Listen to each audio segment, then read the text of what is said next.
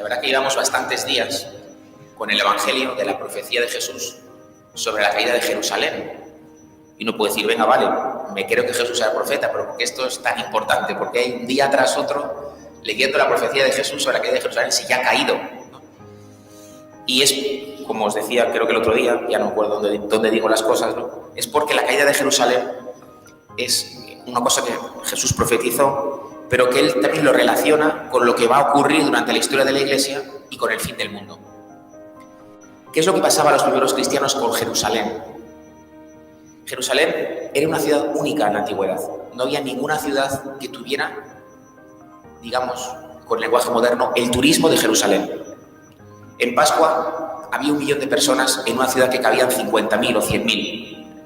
Ninguna ciudad del imperio pasaba eso. Eso en Pascua, pero es que pasaba parecido en Pentecostés, parecido a la fiesta de los tabernáculos. Era una ciudad que vivía de eso. Y los judíos estaban orgullosos de eso.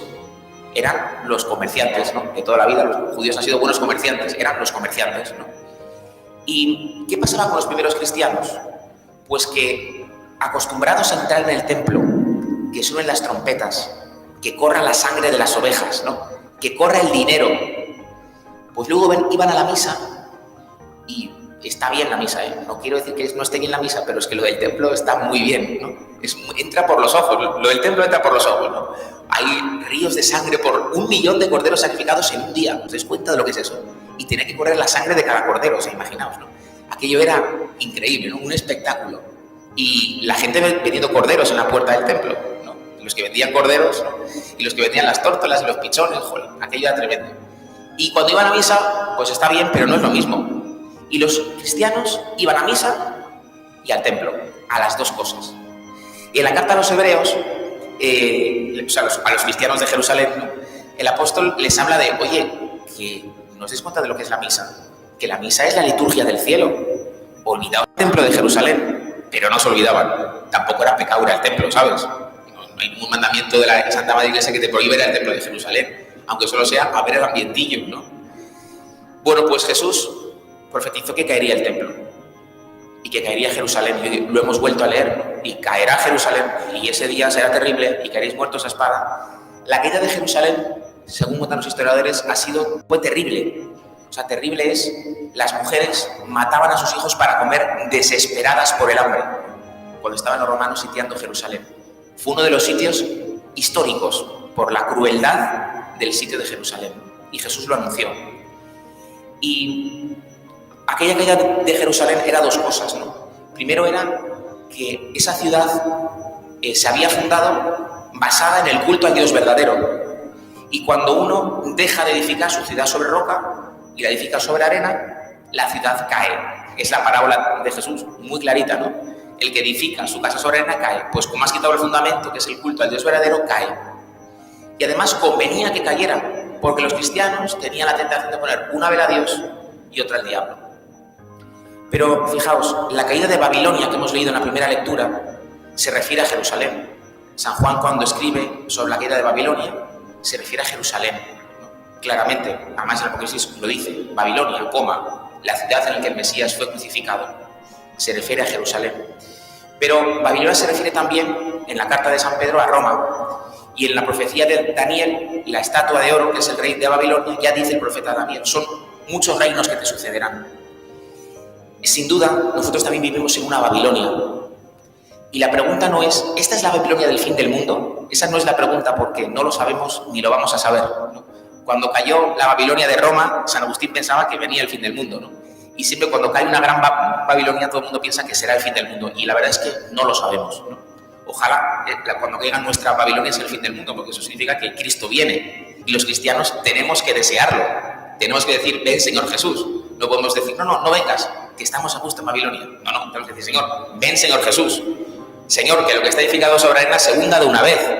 Queremos que vengas tú y edificar la ciudad sobre la roca que eres tú, ¿no? Eso tiene que ser, ese es el principal sentimiento del Adviento que vamos a comenzar, ¿no? Pero lo importante no es si nuestra Babilonia va a ser la del fin del mundo o no. Lo importante es que, como en la primera lectura del Apocalipsis, nosotros estemos, dice que cuando en el cielo cayó Babilonia, dice que los santos cantaron, aleluya, cayó Babilonia, ¿no? Y la tentación de los judíos era que no caiga Jerusalén, de los cristianos. Es tan bonito el templo de Jerusalén, pero que es falso. En la carta a los hebreos decía, pero que es falso, que el culto verdadero es la misa. Ya, pero es que se pudieran las dos cosas, ¿no? Y lo que nos dice el Señor hoy con nuestra Babilonia, con nuestra ciudad global, edificada sobre arena, porque no está edificada sobre la roca que es Cristo, ¿no?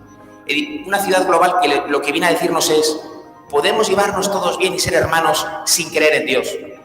Mira, eso es mentira. Nunca ha ocurrido y nunca ocurrirá.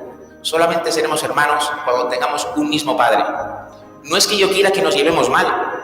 No es que yo quiera que los catalanes y los castellanos se lleven mal. No quiero eso. Pero si no estamos edificados sobre la roca que es Cristo, nos llevaremos mal. No lo hago porque sea un cabezota, un cristiano fanático, y entonces, para demostrar que tengo razón, estoy deseando que se rompa España, ¿no? O que se rompa la Unión Europea, o que se rompa la aldea global. No, si no es por tener razón. Ojalá, no sé, pues vayamos tirando y nos llevemos bien, ¿eh? Pero si no estamos edificados sobre Cristo, no nos llevaremos bien. Si las familias no se edifican sobre Cristo, no nos llevaremos bien. Las familias se seguirán rompiendo, se seguirán derrumbando. Solo cuando se edifica sobre Cristo, las cosas funcionan. Y la caída de Babilonia no es sino esto, sino que las cosas, como no están edificadas en Cristo, se hunden. Y el Señor lo permite para que no pongamos una vela a Dios y otra al diablo, como les pasaba a los primeros cristianos de Jerusalén, que al final, aunque iban a misa, lo que les movía, lo que les entusiasmaba, era ver el culto del templo. Y a nosotros nos puede pasar parecido. Sí, soy cristiano, pero al final vivo como los de Babilonia. Al final vivo como en Babilonia, dándole importancia a, oh, qué bonita es nuestra ciudad. Qué bien va nuestra economía, qué bonito es Occidente, qué cultura nos hemos dado a nosotros mismos, ¿no? Qué democracia nos hemos dado a nosotros mismos, qué bien funciona todo, ¿no? Alguna cosilla que no va bien, ¿no? Pero va bien. Somos la mejor cultura de la historia. Las mejores formas sociales que nunca ha habido, pues, son las nuestras, ¿no? En vez de abrir los ojos y decir, esta generación, vamos, merecemos más golpes de pecho que ninguna, ¿no? Y ojalá que tengamos mirada de fe y nos demos cuenta que vivimos en la Iglesia y en Babilonia, y que nuestro corazón esté puesto en el reino de Dios, no en el de este mundo que no está bien edificado, que no está edificado sobre la roca que es Cristo. Y ojalá que no nos seduzca nuestra Babilonia, la Babilonia de nuestra época, con sus falsas doctrinas, con sus falsos encantos, ¿no? De qué bien se vive aquí, ¿no? Qué bien se vive aquí. Pues no se vive bien. Nuestra patria es el cielo, ¿no? Y ojalá que en la tierra se pudiera vivir bien, ojalá. Y es lo que el Señor anuncia también en el Apocalipsis, ¿no? Que Él al final triunfará y que Él al final quiere hacer la ciudad de Dios en la tierra, que es la Iglesia. Y Él nos llama a eso. Y Él quiere que nuestro corazón no esté puesto en Babilonia, no esté puesto en qué bien funciona nuestra economía, ¿no? Ojalá que venga un partido que haga un poquito mejor la economía, sí, claro. ¿Y el resto qué? La economía, ¿no? ¿Y el resto qué? ¿No? Y el Señor quiere que nuestro corazón esté puesto en ojalá los hombres se abran a Dios. Ojalá hagamos una civilización abierta a Dios. Da igual si somos más o menos ricos, que lo seremos también, porque si estamos abiertos a Dios funcionará mejor hasta la economía. Pero que nuestro corazón esté puesto en eso. Ojalá que las familias estén abiertas al don de Dios, ¿no? Ojalá que la economía, que el trabajo, que todas las sociedades humanas se abran al don de Dios, ¿no? Y que no pongamos nuestro corazón en los falsos engaños de este mundo, de pensar que sin Dios podemos construir algo bueno, ¿no? Y sin resentimiento contra nuestra cultura, contra nuestra civilización. Seguimos trabajando para que vayan bien las cosas en Babilonia, pero sin poner el corazón en ella.